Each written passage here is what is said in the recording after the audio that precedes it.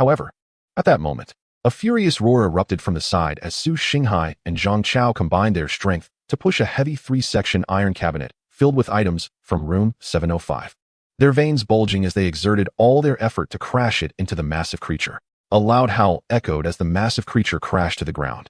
But its body continued to thrash, slowly prying open the metal cabinet. Under its sharp claws, the metal was torn apart. The cabinet couldn't withstand it for long.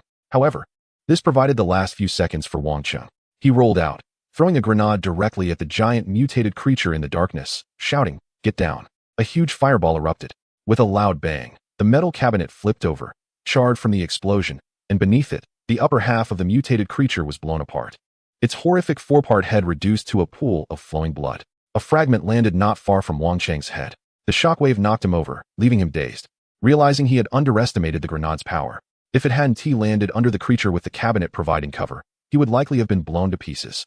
Despite this, Wang Cheng experienced some ringing in his ears. Turning his head, he saw Su Xinghai and Zhang Chao had also heard his warning and managed to drop down in time.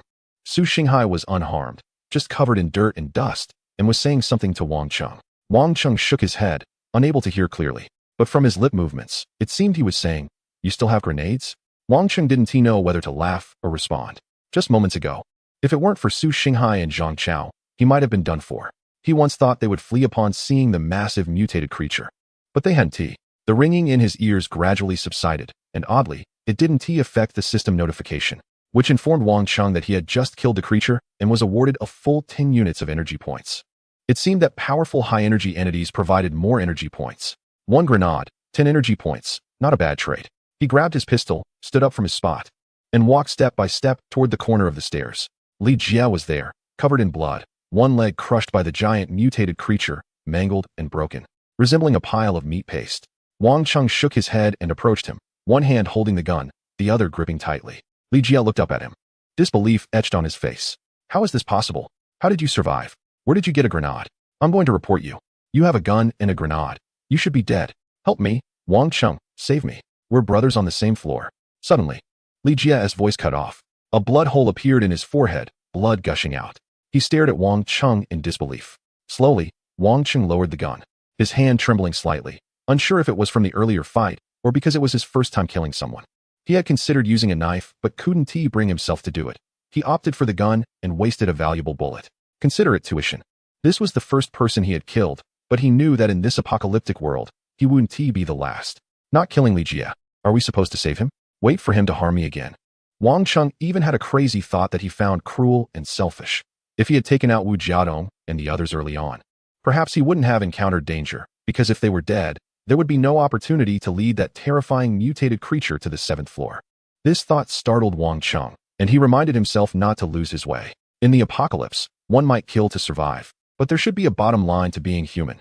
It must be clear what should not be done and what can be done. Otherwise, even if he survived, he might no longer be considered human.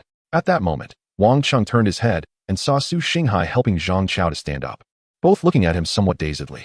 After a moment, Su Xinghai softly said, "Good job, Wang Cheng. We must survive. Whatever comes for us, we'll deal with it." The ground was still scattered with the remnants of the explosion. Wang Cheng didn't know what to say, and just then, he heard piercing screams coming from both upstairs and downstairs, as the mutated creatures in the dormitory were stirred, roaring towards the 7th floor. Everyone's expression changed, and without bothering to clean up the battlefield, they retreated towards the end of the left corridor to room 703. Just before closing the dormitory door, Wang Cheng saw a dense mass of mutated creatures gathering at the stairway of the 7th floor, stacked upon each other, their claws and severed heads swaying. There were more than 20 of them, crazily tearing at the bodies of both humans and mutated creatures, creating a hellish scene. The 7th floor fell completely silent. Everyone needed to rest, and during the second half of the night, the gunfire at the edge of the city gradually intensified. Wang Cheng saw a rescue helicopter flying across the distant sky, but it hadn't gone far before a large, blood-red shadow from the dark sky struck it. No one could see what it was, and the helicopter disintegrated in the center, exploding in midair. Amid the dazzling flames, a massive creature resembling both an eagle and a sparrow, but the size of 2 adults, flapped its wings and vanished into the night. Zhang Chao trembled and said, "Not just humans have mutated. What on earth is happening in this world?" This was also the answer Wang Cheng wanted to know. After a night of rest, when dawn broke, everyone had recovered a bit. Wang Cheng generously shared the food he had procured from the supermarket with Su Xinghai and Zhang Chao. If it weren't for Su Xinghai and Zhang Chao during the battle at the stairway, Wang Cheng might have truly died. They actually had the time to escape. The massive mutated creature was drawn to Wang Cheng's attention and might not have noticed them. If they had hidden, they could have survived first before looking for an opportunity to escape. But they chose to fight. If Wang Cheng hadn't killed that giant mutated creature, they would have perished too. Wang Cheng felt moved. Since they held nothing back for him, he wouldn't hold back either. Of course, he wouldn't let go of the necessary vigilance. During the latter half of the night, he had been pondering. With the apocalypse arriving, the old system collapsed, and the previous civilization and laws vanished completely. But Wang Cheng didn't want to become a madman or a thug in the apocalypse. He drew a line for himself. If people kill me, I will kill. If people help me, I will help. To survive, one can do anything necessary. But acts of violence and brutality unrelated to survival must never be crossed. Having killed people and monsters, Wang Cheng has set this line in his heart. And everything in front of him suddenly becomes clear. He knows exactly what to do. He is confident that he can survive in this cruel apocalypse. The three of them have consumed quite a bit of energy and eaten a lot of food. At this moment, Su Xinghai looks at Wang Cheng and asks, "What should we do next?" Wang Cheng squints his eyes and boldly states, "Hunt the mutated beings. Clear out the entire dormitory building." The giant mutated being on the second floor is dead, and now this dormitory building should only have ordinary mutated beings left. As long as they handle it properly, all the mutated beings on the first floor will become energy points for Wang Cheng. The 100 energy points needed to upgrade to a level 1 battleship are right in front of him. Wang Cheng is a man of action. After a brief rest, he begins to act again that morning. After the battle last night, he has only 5 bullets left. However, he bought a lot of toy bullets, spending 2 energy points to convert them into 20 real bullets. He also spends 5 energy points to upgrade a toy grenade into a real grenade, and uses 2 energy points to upgrade 2 bone saws into titanium alloy daggers. At this point, after killing the giant mutated being, only 1 energy point remains. To gain, one must be willing to lose. To hunt mutated beings, one must be well prepared. The expenditures now are all for accumulating 100 energy points to upgrade the battleship. Wang Cheng originally bought a total of 4 toy grenades, and now he has upgraded 2 of them, leaving 2 unupgraded. While Su Xinghai and Zhang Chao are out exploring, Wang Cheng completes this series of upgrades. He then hands the newly upgraded daggers to Su Xinghai and Zhang Chao. So much has happened in one day that the 2 of them are no longer surprised by the contraband items Wang Cheng produces. They have a sense of discretion and do not ask too many questions, though Zhang Chao does say, "Second brother, when will you get me a gun too?"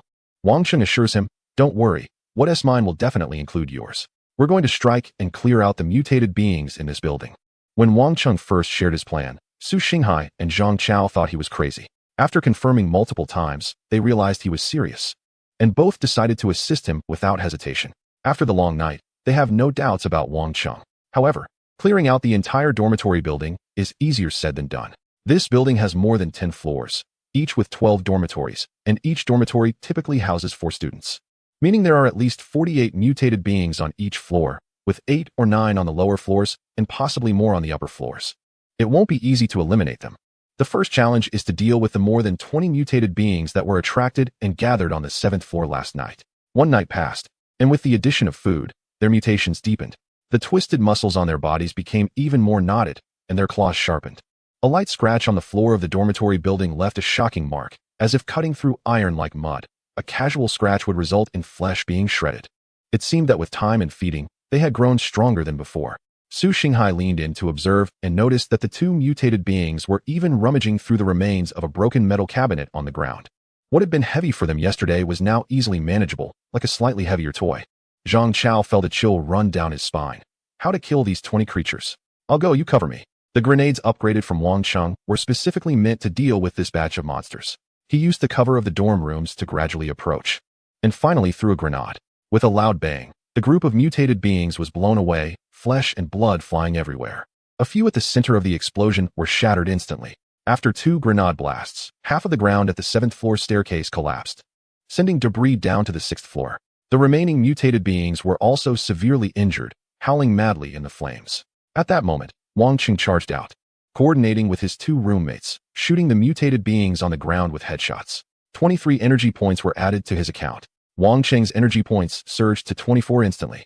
Meanwhile, the explosion attracted many more mutated beings from other floors. Wang Cheng crouched on the 7th floor, waiting for them to come.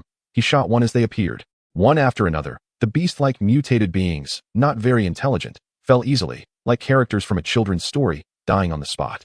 By noon,